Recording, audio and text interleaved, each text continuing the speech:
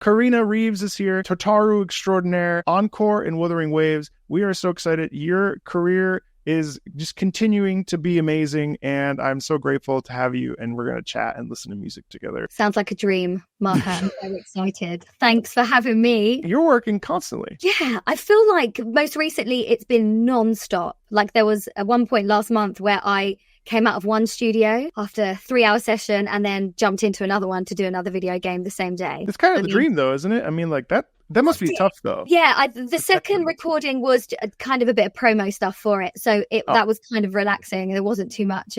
protecting the pipes. It's hard. Yeah. Helped with a nice honey and manuka tea in between. Of course, people will recognize your voice from Arknights, Reverse 1999, Final Fantasy XIV, of course, as Totaru. That's where I recognized your voice. And then as Fiora in Xenoblade Chronicles, which I just played, and I was like, wow, this person's great. Here you are. Had no idea. Who is she?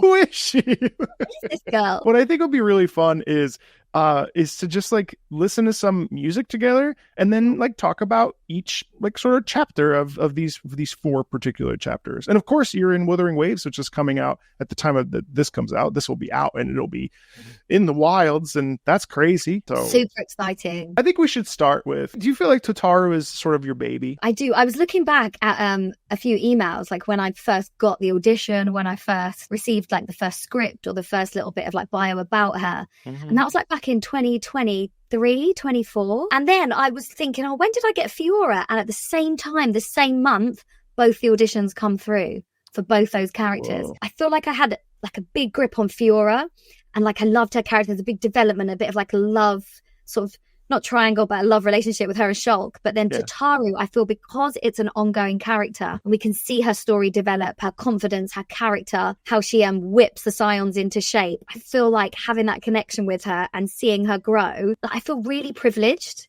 as a voice actor to be given that opportunity, because it's very rare, as you know, that you always get that chance to have a character and then develop it and then come back to revisit it and then see where she's at now.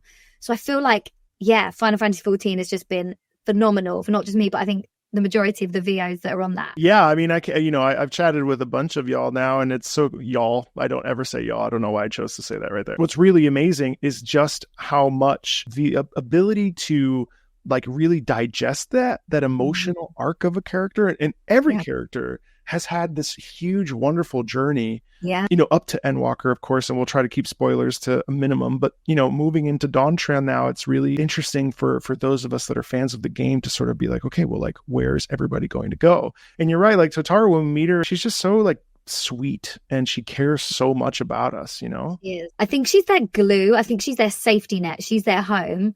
Of course, she keeps them into shape with the money side of everything and the business development. I think their accountancy and making sure they're not spending all their money. I feel like she's their glue, like she's their safety blanket. It's like when a baby has like a blanket or a favorite softie. So like they come back to like reconnect with them, and then they go off and fight, and then they can come back. Yeah, she's a great character, and I like that she's very different because she's obviously not a fighter. She's obviously I'm sure she'd love to, but she's just happy at home fixing their costumes and creating another brand new outfit every time you see her. That's right. We get all our best outfits from Totaru. It's so interesting too, like when you inhabit a character and you spend so much time with a character over a long period of time, it almost feels like everyone is cast so perfectly for their individual roles. Do you feel like you inhabit like her, or like she inhabits you and you inhabit her? That blend that happens? Yeah. It's really interesting because I was going back to the brief that we got when we auditioned, and it was like she was sweet. Shall I read it to you? Yeah. Cheerful, polite, a little bit ditzy, perfectly capable as a receptionist, but fails at pretty much everything else, but not for want of effort. So when you get that as a brief, you're like, right, where do we take this character? How do I? Yeah. What are you trying to say about me, guys? I do feel that there's parts of her where I look at her and think, oh my gosh, I would so do that. Or I would so be in control of everyone. And obviously being a mother, I have to have that control aspect and that organization and that business mindset. Yeah. Obviously, when I started recording Totaru, I wasn't a mother at all. Like this was like 10 years ago. So it's really nice seeing her grow into this role as I have myself and developed over time. But what was really interesting is obviously I've not played the game, and I'm not a big game. Well, I'd love to be a big gamer, but I don't have the time to dedicate it yet. I will do. And it's really interesting seeing her in different clips and different scenes and watching what I've done and how we've put it together and how she controls them all and what she does as her character. And it's so interesting going, oh my God, that's so what I would do. Or, oh my God, that's what I would have done. So, yeah, I love seeing her growth and her character and her love for the other people she's with, like the other characters. Well, she has that family essence where like she really cares about each individual and like making sure that everybody is together and in unison and like functioning individually as their own respective whatever, you know, they all have such unique and different personalities. And oh God, I could talk about that all day. It's so fascinating. And I also find it really interesting that at the same time that you get that audition, 2013-14, so did you get the brief for Xenoblade Chronicles where you were already doing Fiora at that point? Don't think I was. No, I got the auditions 2014. Both of the briefs come at the same time, like similar time. So I think I was recording a little bit of both. I mean, that's the dance. That's hard though, because like Fiora is such a vastly different emotional character. Yeah, so strong and so powerful and so many fight scenes. And I remember recording. We'll come to Fiora stuff, but yeah, her stuff was really demanding. But yeah, similar times, but two completely different characters. Yeah, I mean, it's also interesting. I mean, do you feel like, I know we should get to the music too, but I just have so many questions. You know how there's that real Shakespearean element to so much of Final Fantasy? Do you feel like Totaru still has a degree of that? Or do you think she's a little bit more colloquial and a little bit more casual in the way that you approach her vocally? Yeah, compared to Thancred. Well, yeah. I mean, Pete just like oozes Thancred. He's such an awesome guy. But I do feel that Totaru isn't quite on the same wavelength as the others, but I feel like she likes to think she is or pretend she is.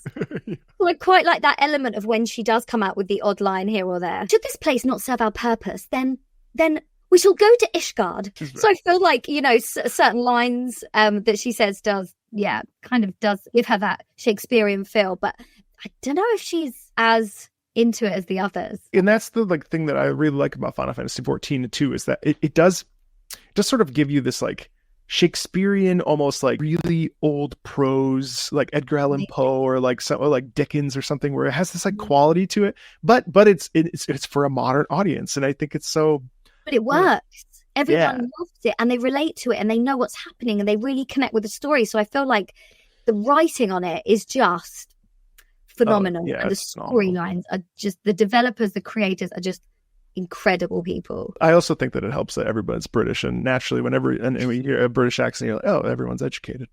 You know, William Shakespeare, we loved him. He's my cousin. Let's watch this. Have you seen the Endwalker trailer? A few years ago, but let's watch again.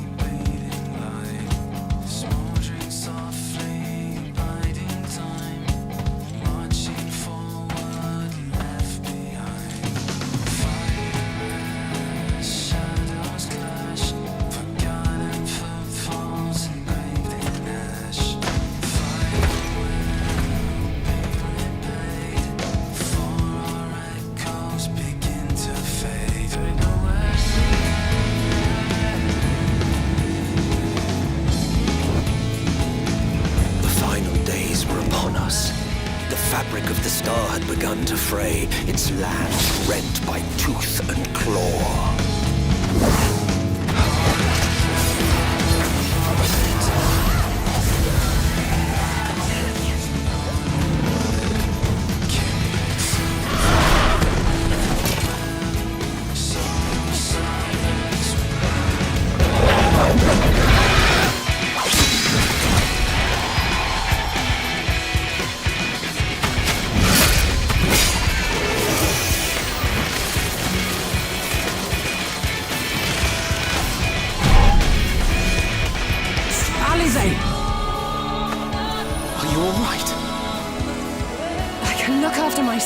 You know.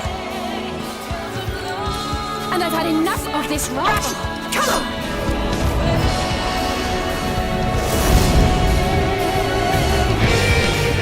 As the chaos spread, The star seemed doomed to unravel, and yet...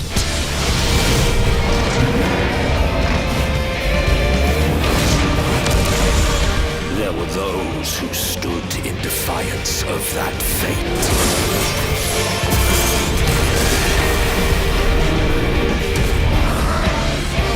The hour is come, Vritra. It's all or nothing.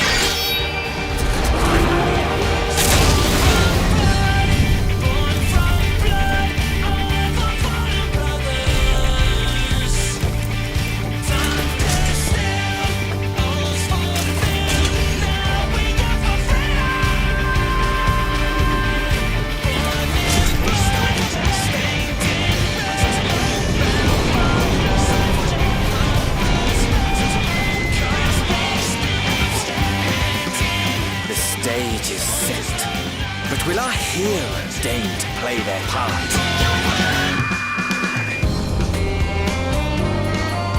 You took your time. 'Tis as we feared. The respite afforded this land was but fleeting. The end draweth nigh.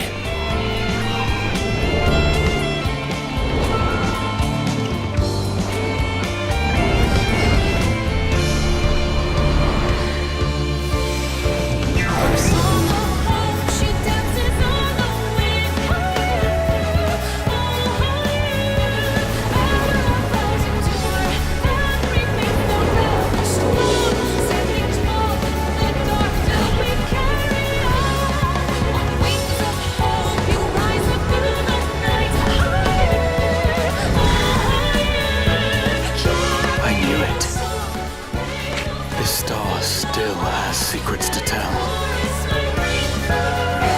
Take care, my friend.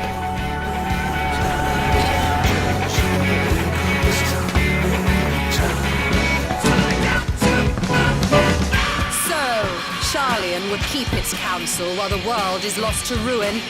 It would. Come what may, we shall live on. We must. Do as you must, then.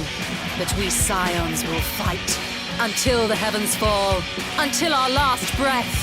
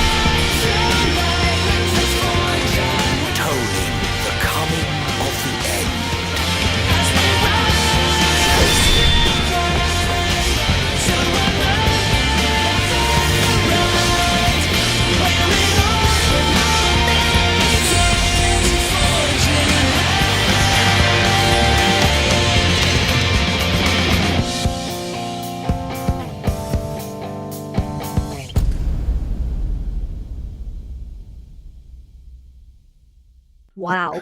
You know, when I asked you which of these trailers you wanted to watch, you said Endwalker and Footfalls, and I guess I wanted to know, like, why does that impact you so much as obviously as an actor, but also as a person, you know what I mean? I think just watching them, I think as the game develops, these trailers just become more and more movie-like, more relatable. The actions, I feel like it delves into little snippets of what you're going to get when you play the game. Mm-hmm. And I think Endwalker just resonates so much with what's going to happen, but it kind of leaves that ... of where are we going, what's going to happen, especially when Yashola says her line and she puts her stave down and she's like, we are the scions and like we will not be defeated. You just kind of want Totaru to go, but don't forget you got to pay them. Here's your allowance. With a little money bag. You just want her to have a little like comedy little thing coming in. The trailer speaks for itself. Just And then obviously you've got Dawn Trail coming, and that you're like, that trailer is cool. Yeah. You just want it to be a movie. You now just want it to develop and go, okay, where are these characters going?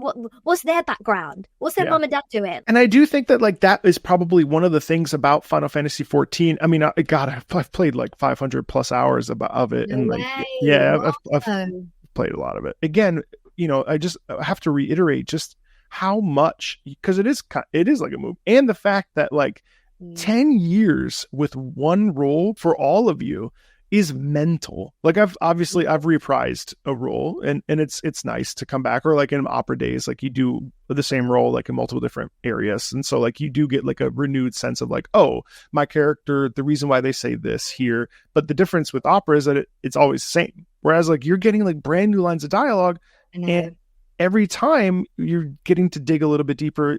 Did you feel like you started to, I mean, you seem like a very confident person, but did you feel like when you first got this role, was it easy to step into, or did you feel like it was hard because Square Enix? I don't know if you even knew. No, I think I was really naive in the beginning, because obviously you never know what the game is, because it's all under wraps. There's secret codes, secret games. You just go in as an actor, you get given the lines, you get given the description, and you kind of don't really know much about it, which I think is a blessing in a way. Because I think if we knew the extent of how, obviously you're not going to go 10 years ago, how big it is, but the franchise, the game, the whole kind of network of this game, I think it would be quite overwhelming. And I don't think we would be as relaxed and as, not maybe flippant, but just as, it's a voiceover, it's a role, we're just going to go for the characters as opposed to what it represents and how much it impacts so many people and their lives and the communities that it creates. So I think, if we knew all that, I think it'd be the pressure on our shoulders, I think would be a lot more than if we just go, this is my character, this is where they are, where have they come from, what's happening in the scene right now, and we can just focus on that as opposed to everything that comes with it. Well, I think that's quite a blessing. I mean, but that's the thing, isn't it? I mean, at the end of the day, like, your job is to show up and give the character life and just breathe life into lines and give intention, and then you go home, and whatever comes of it afterwards is sort of out of your hand. Like, I think about, the Baldur's Gate folks, like that. I'm sure they were aware of what it was, but no one, I don't think anybody was aware of how much of a cultural zeitgeist moment. Right. I mean, but even Final Fantasy XIV is becoming, have you been able to go to a fan fest yet or anything like that? So I'm super new to all this, Marco. Like, although the game's been out for so long, I'm like a newbie to the community, like all the Twitter feedback and all the connections that we're making. But my first ever con was at CooperCon, and that was last September. Mm-hmm. And that was the first time I'd met all our Scions together in person. Prior to that, it was a Zoom during lockdown, where I first did a kind of a round table with CooperCon, and then virtually met them. And then it was September. I was like, oh my God, hi, I'm Totaru. And it's quite interesting because I'm quite petite. So Totaru, and I'm like, and then and then every time I met a lot of fans, they're like, oh, you're exactly like her. Oh God. Kind of like, well, I just need a hat. I did have pink hair at the time. So, it's really interesting. But it's just lovely to have that opportunity to be immersed in it, because as a voice actor, and what you all know is this, it's so solo and it's so kind of rigid. It's like you record, you're in the booth on your own. Everything's really distant, really. Even the people you're talking to in the cans, they're not in the miles away. Yeah. So it's so nice to be involved with the other actors and the community and the fans and be like, hey, we're normal people. Let's chat. Let's have a drink. Let's dance. Yeah. It's so nice to now be involved in that and go to these cons. It's incredible just to meet. I love meeting people. I mean, I could chat to them all day. And everyone's like, you haven't got long. And I'm like, okay, hi, how's your day? I also enjoy people a lot. And so I get really distracted by like even a stream where it's like someone's asked me a question. And I'm like, I must answer because, it's culturally, so a lot of it depends on the streamer. But like, this whole world for me too is very new and it's very different. And I'm used to the opera world where, the only time you ever got to talk to people was after the show, or if you did like a meet and greet or stuff. But with the voiceover stuff, it's like you have no idea if, you just are in the booth. And I've been lucky enough, I mean, to get a couple roles and most of it's like a commercial. You're in there in an hour and you're like, okay, thanks. Never see you again, probably. And there's no time to really like talk about who a person is or like what their interests are. No, just like, even to sometimes get the director's name to be like, you just get their first name. It's like, okay, yeah, cool, thanks. Yeah. Now, bye. And you're like, okay, bye. Grab my bag and you're off. Yeah. I saw one of your colleagues who plays, I think, Alto. They just did for Wuthering Waves, which we'll pivot to right now. Yeah. Wuthering Waves, 3 million. By the time this comes out, people will be playing it. But 30 million pre-registrations is mental, especially to launch with a 1.0, which is usually such a huge moment of build-up in this particular game. 3 years in the making, and Kuro has another game called Punishing Grey Raven that they just started doing English voiceover for. I think the goodwill that I'm hoping is still there when this releases, the goodwill for Kuro games and Wuthering Waves is really present. It's also interesting because in some ways I feel like Encore it's obviously a vastly different character than Totaru, but their energy doesn't seem totally dissimilar. Do you? No, they're very energetic. Encore is more younger, playful, a bit maybe. more like, I want to say not away with the fairies, but she's very like, she's less sassy. She's more like, I've got my willies and I'm just going to sort of fight this person and then I'm going to skip off and pick some flowers. I feel like that's her energy. She'd be making daisy chains after she's just like killed someone. Just killed someone. Okay, come on, willies. So yeah, she's an incredibly fun character. There were some great times where I could like improvise, which was so much fun. So obviously you've got your dialogue, which you have to stick to, and you can't be as creative as you want to be on that because you have to stick to timings. Yeah. But there was some lots of action stuff, and so you get a chance to see the visual, and then you're watching it and you're like, okay, they're like, okay, we want some sounds here, we want some sounds there. But there was one time where I just said, look, can I just say what I see? So you're having to do that, the voice and the movements and the energies and the efforts. And it was like one take, and it was amazing. It was just watching her like jump, roll over, kick, fall over, be pushed. And it was just watching it and doing what you say. And it wasn't till I kind of reflected back on what I did that I was like, oh, that was pretty good. That was pretty fun to just have that energy of just say what you see and do the breaths and the sounds. And it was really fun. There was that whole like character trailer and everything where, we sort of met Encore for the first time, which would you rather watch? Would you rather watch that one or would you rather watch the one from yesterday? I mean, I could probably talk more about my trailer, but I suppose we should watch the main one. You choose, Marco. You choose. Okay, I'll choose. Did you know that this Encore video from 4 weeks ago is 975,000 views? No. Of Encores? Mm-hmm. The Resonator showcase? No, but I did see the Times Square thing, which I tweeted. Yeah. The screens, which I was like, what? I'm telling you, it's I would say that's like an arrival point. Be like, okay, I guess I've made it if my character is on the Times Square. Granted, it's not me, but damn it, why was I not in New York? I guess let's watch that because I think that'd be more fun. Once upon a time, in a faraway town, folks were going missing. Whoa! Spooky! The fairy godmother in her castle was their only hope.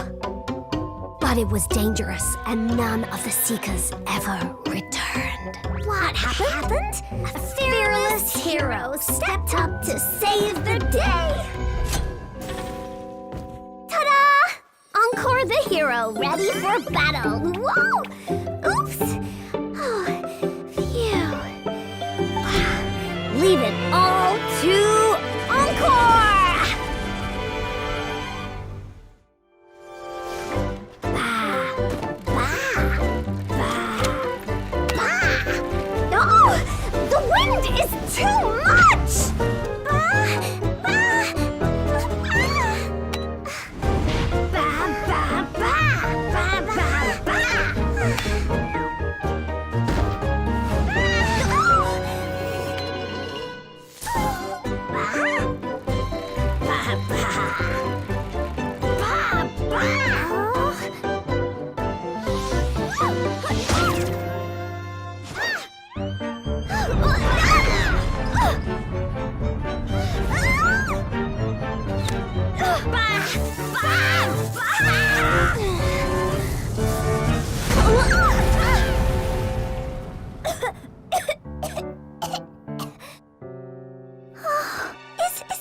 Is this the fairy godmother's castle?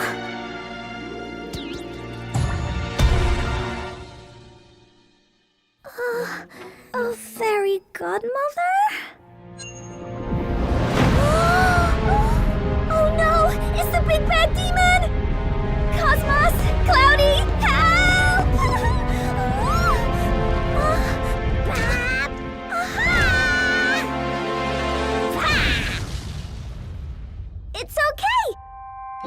Encore's not afraid.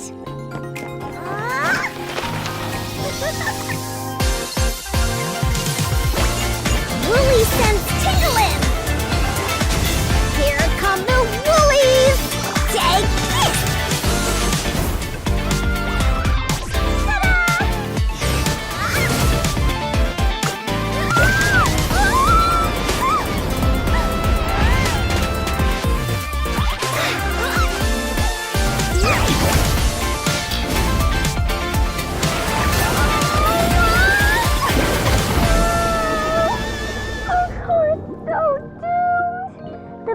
Demons nabbed us? Is this really the end? Not a chance! The show's still got time for an encore! Encore the hero, back in action! You're in for it now!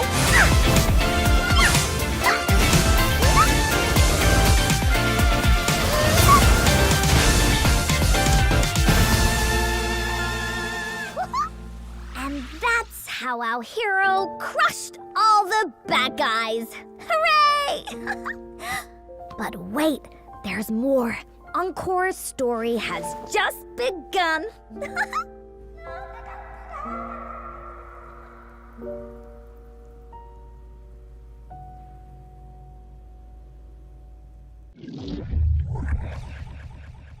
Something's not quite right there at the end, isn't there? That's intriguing. I mean, what a character to play. How did you do that? I watched that once and I didn't realize it was you. But like, I'm like now putting two. I don't know how you did that. Three different voices? A mental session. Yeah, so I'm one of those voices. I know. I don't know how you pulled that off. It's nuts. You should be so proud of yourself. Thank you. I wasn't. You're recording it, and what was funny is that the script was like ba ba ba. And I think I was like, you want me to say ba, or is it more like what do you want? And they're like, just ba. I'm like, and then you want ba like you're telling her off, and you're like, ba. So it was fun, a very fun session. But that was the scene I was talking about where I had to improvise like what I saw. So like, there's so many efforts. Yeah, it was a very fun session. I could put all my skills into one boss. Into one basket, but I mean, I would cosplay her. How cool would that outfit be? Oh, it'd be, I mean, so cool. What I love about music, especially, video game music, but music in general, is how much like story we can sort of uncover. And I think that particular trailer does such a great job of merging, obviously, the drama of the theater thing and like her over the topness, this like warm, playful energy that she carries. And like, just, she's so bright and like effervescent and just like wants the world to be okay. It's like really fascinating. I mean, when you were in the session, was there a lot of time that you were able to like sort of linger on the characterization, or was it kind of like you get in there, you set the voice print, you set the character tone, and then you sort of dive in? Or I can't imagine you were able to like really dive into her like isms per se, right? Depending on the line and depending like the scenario of what she's in, there was some elements where like towards the end where she's like la la la, that was me improvising, because I was watching it and I was like, no, I feel like she would then do all this and then just like skip off. So I was like, is there any chance she could be like on that swing singing? And then that's when I was like, la la la la la la. So it's not like it's just a generic tune, but I feel like in her head everything would be a song or a musical. I got my sheep and now I'm gonna fight. I feel like her whole like persona is joyful and musical. Even like when she fights, it's a spin and a kick and a yeah, but then there's like that turn of like the end where she's got an evil streak of her, where she's like, this is you wait. I'm really intrigued to explore her her character story whenever that comes out. Are you gonna play it? Oh yeah. Yeah. Okay. So everybody that's already played, would love to know what you're thinking, but for us, we can't talk about it yet because it's not fully released. But it's amazing. It's just, and also the production value is just so high, and it's clearly a labor of love for Kuro, and I'm a big fan of the company, so I'm just so excited for you. That I remember when I saw when you announced it, I was like, oh damn, that's a big deal. So, but I don't think I really realized how much of a big deal it was. It's a bit like the Final Fantasy stuff. You go in, you do the project, you do the voice, right. And then it's now all the socials are coming out. I'm like, oh my, which is what I said to you before about it. I think as a voice actor, it's better not knowing. You want to do the job because you enjoy doing the job, and not because of whatever XYZ comes at or XYZ, I should say, whatever comes at the other side of it. You know what I mean? Like that's all like sprinkles. It's all like on a frosting cake. We want to talk about Fiora as well. I've not played Xenoblade Chronicles 2. I've only played Xenoblade Chronicles. Is she in Xenoblade Chronicles 2? She's in Xenoblade Chronicles X and Xenoblade Chronicles 2 and Xenoblade Chronicles, obviously. Because based on the plot points of Xenoblade Chronicles, the first one, I don't know what happens. I know I have to play 2 because if she's in, how's she in 2? It doesn't matter. But I know in the first one, I mean, it's pretty tragic what happens to her without spoiling it. Who knows? But like, she's a loving, dutiful sister, and she cares about her friends, and like there's clearly a romantic, like lifelong history with Shulk and their relationship. I mean, so how was that compared to the last 2 characters we talked about? I feel like Fiora is actually the most grounded. I mean, did you feel that way? She is the most humble, grounded. I feel like she's my mother instinct. So obviously I recorded her before being a mother, but I feel like the way she like cooks for Shulk, and when he's not well, she's like right by his side, like dabbing his brow and making him this soup and adding spices and herbs and stuff. So I feel like she's like the internal mother, yet she will whip her ass and do everything she can to support Shulk. And nothing's going to happen to her lover. You just want them to get it on a bit. A little bit. You're kind of like, just give him a peck on the cheek. I know she's not. She's a bit coy about that, though, isn't she? Is. She's very reserved. Do you find that of all? Because I know that you do a lot of video game work, and obviously some of it you're privy to what it is, and others you don't know, especially when you're in it. Also, I'm pretty sure that Peter Bramhill's in. Is he in 2? He is. He's in Chronicles at Xenoblade. Yeah, that's right. Yeah. Yeah, he is. That's right. He plays one of the bad guys. That's right. Yeah. Which we didn't know until we met each other, and he's like, "Yeah, Xenoblade." I'm like, "What?" And because you never get to see each other. Right, yeah. Never get to see each other. It was only most recently when I did Reverse 1999 that I was actually able to be in a studio with another actor, and the rapport offered one another. You had rapport? They paired you up in Reverse 1999? They did. And for some scenes, it was amazing. I was with Sonetto. Sonetto, yeah, that's right. Oh, that's cool. That's cool. Which you never get to do. No, I know. But that's like the whole craft, though. Did you do like Shakespeare and stuff in college, or like? Yeah, so at drama school, I was at drama school. Yeah, so you study Shakespeare. We did Measure for Measure. Played Isabella, and that was loved it. I mean, I was never always like I don't know. I always felt like before I went to drama school, I was always, I don't know whether other people relate to this, but a little bit like afraid of Shakespeare. Like, I'm not good enough. I don't understand it. How do I do it? Then you get to drama school, and they're like, it's like common EastEnders. It's just like. All the answers are there. Everything's there. And now on my other work that I do is I teach children like performance exams and public speaking, and to make them find their voice, and to make them like be proud of their voice and who they are, and be able to give them confidence like when they perform, basically. So I teach exams in that. So by experiencing and playing with text with them and showing them about Shakespeare, I can share my passion of how I don't want them to feel how I felt when I was younger and a little bit scared of text and reading out loud. And now I'm like, no, you own that voice and you take your time and you sight read. So I feel like everything that I maybe had, I was quite fearful of when I was younger, I can now imply to them and be like, you know what, kids, you've got this. You just stand and own your voice. And I love being able to share that with the young generation of today. That's awesome, though, because it's really hard to, and I think I struggle with this sometimes too. This is the part where I always end up asking for advice on accident. Someone made a comment that when I met with Colin and Beth, where he was like, Mark was getting free voiceover advice. But I find it really interesting is that like it's hard to find your own tonal center and be like, no, this is where the intention is coming from, because there's a fine line between like taking on a voice and like putting on a show versus like really really leaning into a character. And it's also interesting when it's just your own voice and finding that voice print. I remember I had a chat with Doug Cockle, who plays Geralt of Rivia. The whole thing is pitched like down here, and it's like, I don't know, I wouldn't even think to do that, but he's like, that's just the character. And I was like, because his normal speaking voice is slightly higher, and it's all that stuff is so interesting. So it's cool that you're like teaching children about how to take those first steps into like not being afraid of presenting that heightened version of themselves. That is so much of what comes into acting. Yeah, which I think is so important to teach. Not many schools do it. You're behind desks, you're listening, but to actually stand up and do, even say their name, say their favorite color, say what they did on the weekend, and using eye contact. So many kids nowadays are just down, or phones, or looking at devices. So lift up, look up, share your journey. But the voicing is very interesting. Encore's slightly higher than my normal range. And a lot of people said, oh my God, you sound so much like Totaru. I'm like, because I'm kind of am her. It's interesting when you find the voice or you find what she's like or the different characters, especially with Regulus. But yeah, Encore, I'm a slightly higher in range. Yeah, but it's still you. It's just that slight increase in pitch. It's interesting how you can really only go in 3 directions: normal, high, or low. Yeah. Mine always tends to be really high. I'm like, ugh. He's got the phone. I'm like, right.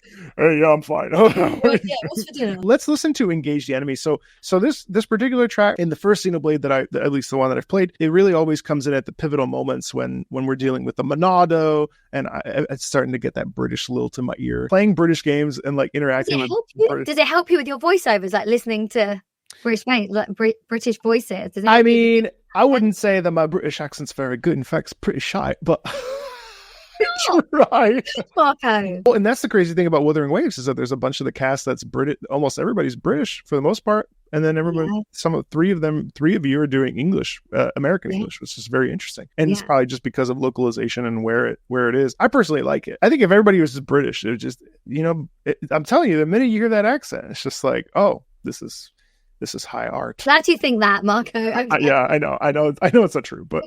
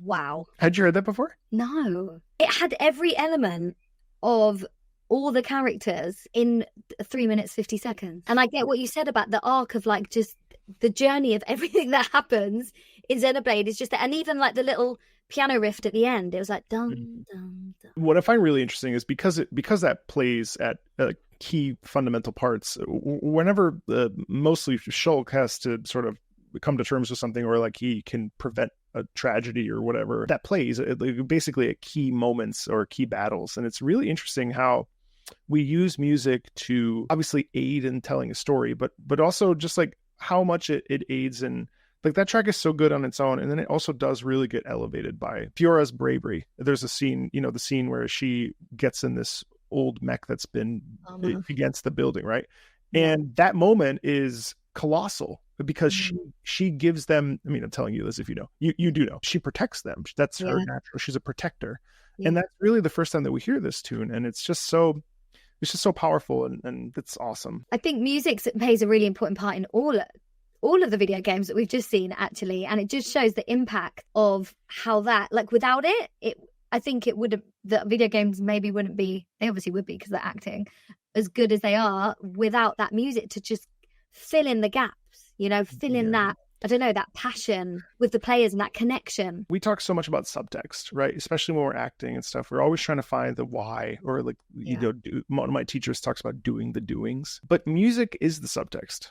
And it helps the listener like understand, maybe not the actor's perspective, but the character's subtext. And I think that's really, like, there's another really beautiful scene when Shulk and Fiora are overlooking sort of their town. It's a pretty gentle, intimate moment, and the music, obviously it's also nighttime, so there's a musical difference, I believe, for a nighttime theme there. If I remember, it's just the piano, and it's like so tender, and it's already tender because they're having an intimate conversation, but it's doubly so because the music is the way that it is. It's really cool, which then bonds the characters more.